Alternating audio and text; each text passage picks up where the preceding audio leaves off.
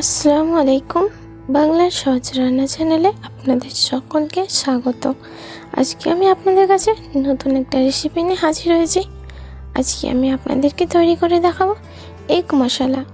তো এখানে আমি এগ মশলাটা কেমনভাবে তৈরি করব সেটা আপনাদেরকে দেখিয়ে দেবো। তার জন্য কিন্তু আপনাদেরকে আমার এই ভিডিওটা প্রথম থেকে শেষ পর্যন্ত দেখার অনুরোধ রইল।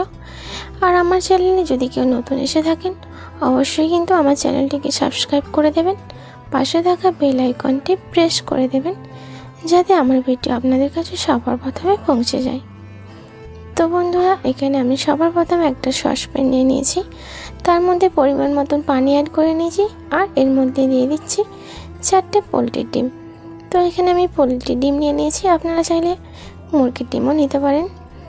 এখানে আমি 1 চামচ পরিমাণে লবণ দিয়ে দিলাম যাতে খুব ভালোভাবে ডিমটা সেদ্ধ হয়ে যায় আর খোসাটাও খুব ভালোভাবে ছাড়ানো যায় সেই জন্য। তো ফাইনালি আমার ডিমটা সেদ্ধ হয়ে গেছে।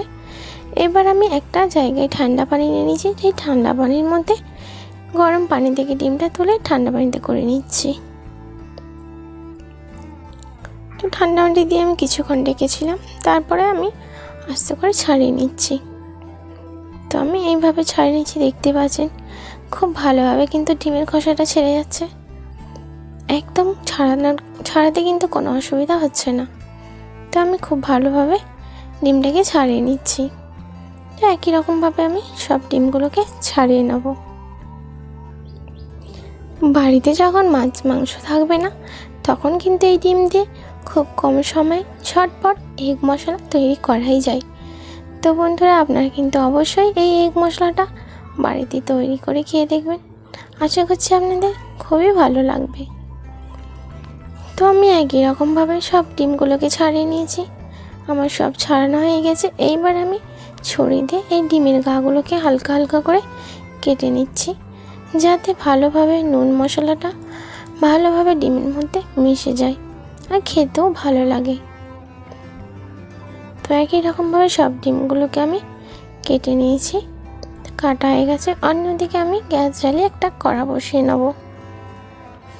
তো গ্যাস জ্বালিয়ে আমি কড়া বসিয়ে নিয়েছি, কড়ার মধ্যে দিয়ে দেবো পরিমাণ মতন সরিষার তেল। তো এখানে আমি 4 টেবিল চামচ পরিমাণে তেল নিয়ে নিয়েছি। তো তেলটা গরম হওয়ার অপেক্ষায় থাকবো। তো হালকা একটু গরম হয়ে যাওয়ার পরে আমি এই তেলের মধ্যে দিয়ে দিলাম 1/2 চামচ পরিমাণ মতো লবণ আর 1 টিস্পুন চামচ হলুদ গুঁড়ো। আমি কিন্তু তেলটাতে এই মশলাগুলো দিয়ে দিচ্ছি যাতে ছুঁয়ে না যায়, সেই জন্য কিন্তু চুলার হিটটা একদম লো রেখেছি। আর খুব ভালোভাবে দেখতে পাচ্ছেন তেলের সুন্দর একটা কালার এসেছে। তো যাই হোক, মশলাটা না পুড়ে যায়। এইবার আমি এর মধ্যে দিয়ে দিলাম ডিম। তো বন্ধুরা, আমি কিন্তু হাতে টাইম নিয়ে একদম চুলার হিটটাকে লো টু মিডিয়ামে দিয়ে কিন্তু ভালোভাবে নাড়াচাড়া করে ডিমটাকে ভেজে নেব। তো আমি লো মিডিয়ামে দিয়ে খুব ভালো করে ডিমটাকে ব্রাউন কালার করে ভেজে নিচ্ছি। তো দেখতেই পাচ্ছেন আমি একদম ভালো করে ডিমটাকে ভেজে নিয়েছি, কালারটা কিন্তু খুব সুন্দর হয়েছে আর তেল থেকে কিন্তু কোনো মশলাটাও ছুঁয়ে যায় না। তো যাই হোক, আমার ডিমটা ভাজার পরে আমি প্লেটে তুলে নিলাম। আর অন্যদিকে আমি কিন্তু তেলটাকে একদম বন্ধ করে রেখেছিলাম, দেখতেই পাচ্ছেন তেলের মধ্যে যে মশলাটা ছিল সেটা যাতে না ছুঁয়ে যায়। তো এবার আমি গ্যাসটাকে জ্বালিয়ে আবার লো মিডিয়ামে দিয়ে কিছু ফোড়নের জন্য গোটা মশলা নিয়ে নিয়েছি এলাচ, লবঙ্গ, দারুচিনি আর একটা তেজপাতা। তেজপাতাটাকে আমি অর্ধেক করে নিয়েছি, নিয়ে একটু ভেজে নিচ্ছি যতক্ষণ না সুন্দর একটা ফ্লেভার আসে। তো আমি কিছুক্ষণ ভেজে নিয়েছি, ভেজে নেওয়ার পর এর মধ্যে দিয়ে দেবো মিডিয়াম সাইজের 2টো পেঁয়াজ কুচি। পেঁয়াজ কুচিটা দেওয়ার পর আমি পেঁয়াজ কুচিটাকে ভালোভাবে করে ভেজে নেব।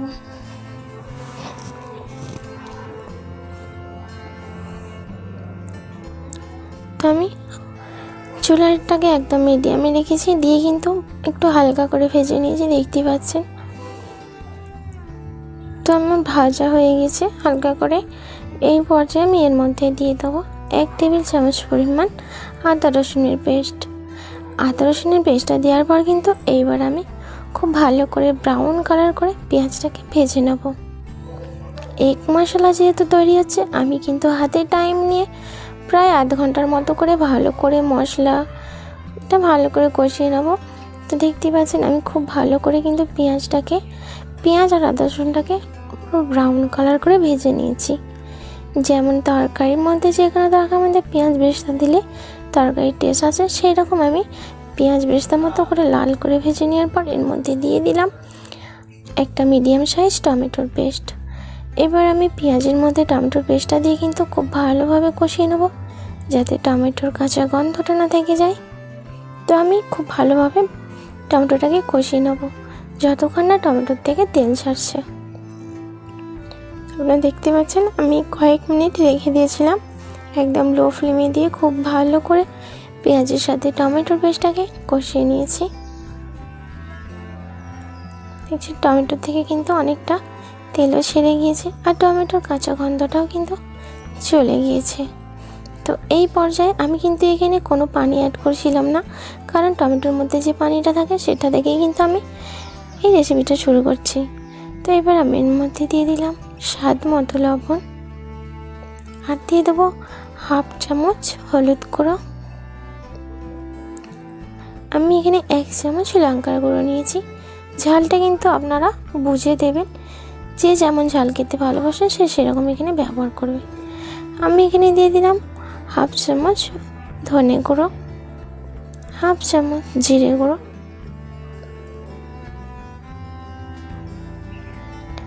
আর দিয়ে দিলাম হাফ চামচের একটু কম গোলমরিচের গুঁড়ো। তো সব মশলাগুলো দেওয়ার পর আমি ভালোভাবে মশলাটাকে কষিয়ে নেব।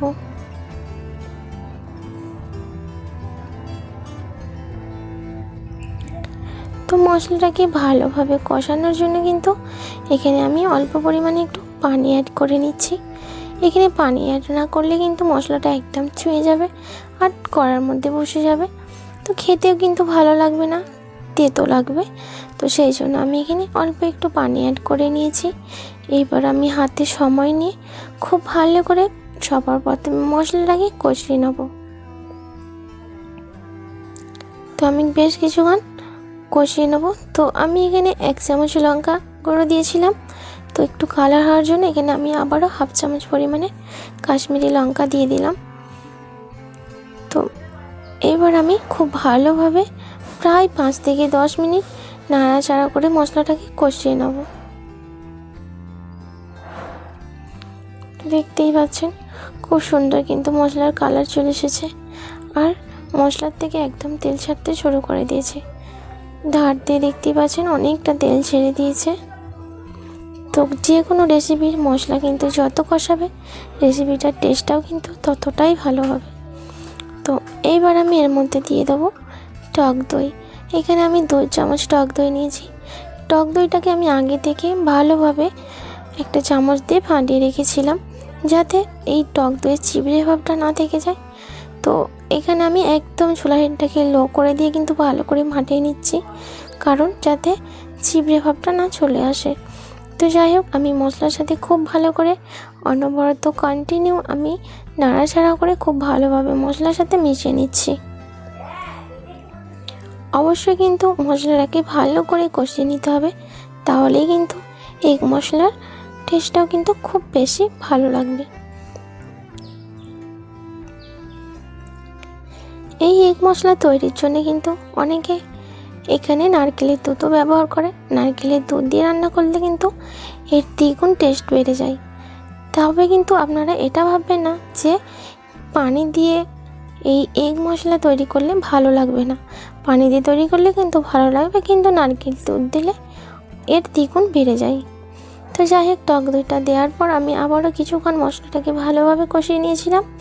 এই পর্যায়ে আমি এর মধ্যে দিয়ে দিলাম ভেজে রাখা ডিমটাকে দিয়েও কিন্তু আমি খুব ভালো করে কিছুক্ষণ কষিয়ে নেবো, যাতে মশলাটা খুব ভালোভাবে ডিমের সাথে মিশে যায়।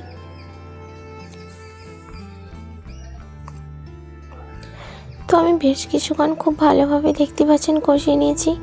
মশলাটা একদম কাই হয়ে গিয়েছে, একদম শুকনো হয়ে এসছে দেখতে পাচ্ছেন, আর মশলার থেকে সম্পূর্ণ তেল ছেড়ে দিয়েছে। এই পর্যায়ে আমি এখানে দিয়ে দিলাম গরম পানি। তো আমি এখানে একটু কম 1 কাপ গরম পানি অ্যাড করে নিয়েছি। তো আপনারা দেখতে পাচ্ছেন। গরম পানিটা দেওয়ার পর আমি ঢাকনা এঁটে 5 মিনিট কুক করে নেব।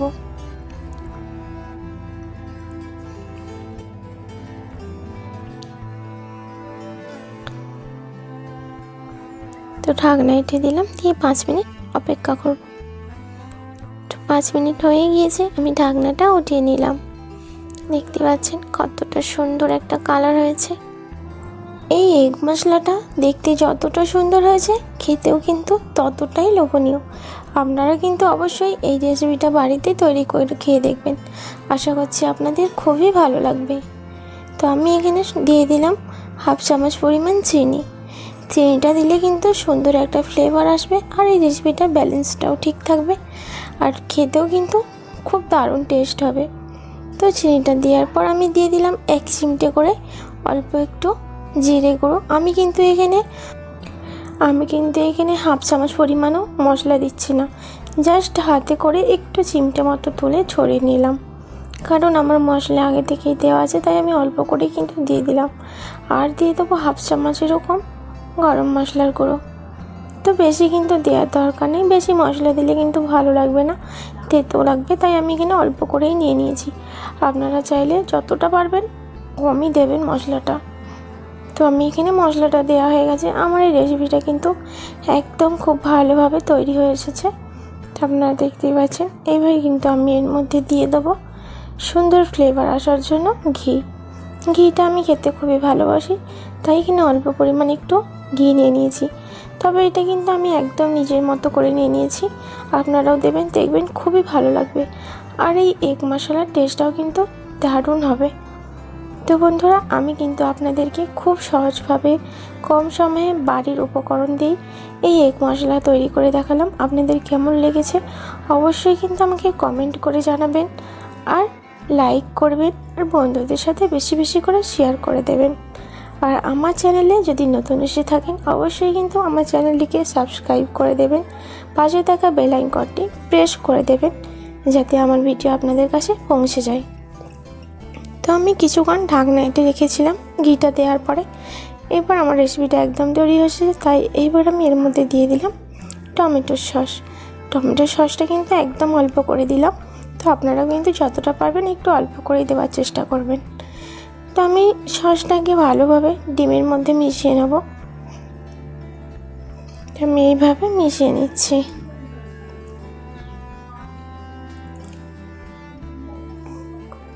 তো সসটা ভালোভাবে মেশানোর পর সবার শেষে আমি এখানে দিয়ে দেবো অল্প একটু ধনেপাতার কুচি। তো আমি এখানে 1 চামচ পরিমাণে ধনেপাতা কুচিয়ে নিয়েছিলাম, তো এটা আমি এর মধ্যে দিয়ে দিলাম।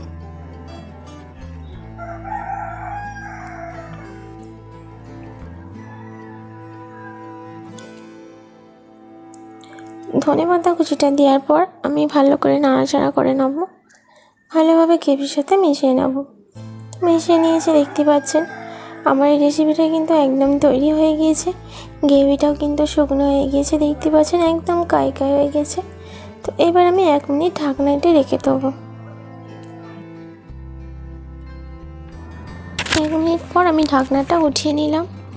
দেখতেই পাচ্ছেন আমার গ্রেভিটা কিন্তু একদম শুকনো হয়ে এসেছে, একদম মাখা মাখা হয়ে গিয়েছে, আর সব মশলার থেকে তেলটা খুব সুন্দরভাবে ছেড়ে দিয়েছে। একদম আমার পারফেক্টভাবে এই এগ মশলাটা তৈরি হয়ে গিয়েছে। এগ মশলাটা কিন্তু আপনারা অবশ্যই বাড়িতে তৈরি করে খেয়ে দেখবেন, আশা করছি আপনাদের খুবই ভালো লাগবে। যখন মাছ মাংস ভালো লাগবে না, অবশ্যই বাড়িতে তৈরি করে নেবেন। আজকে আমার এই ভিডিও এই পর্যন্তই শেষ করলাম। ভালো থাকবেন, সুস্থ থাকবেন, ধন্যবাদ।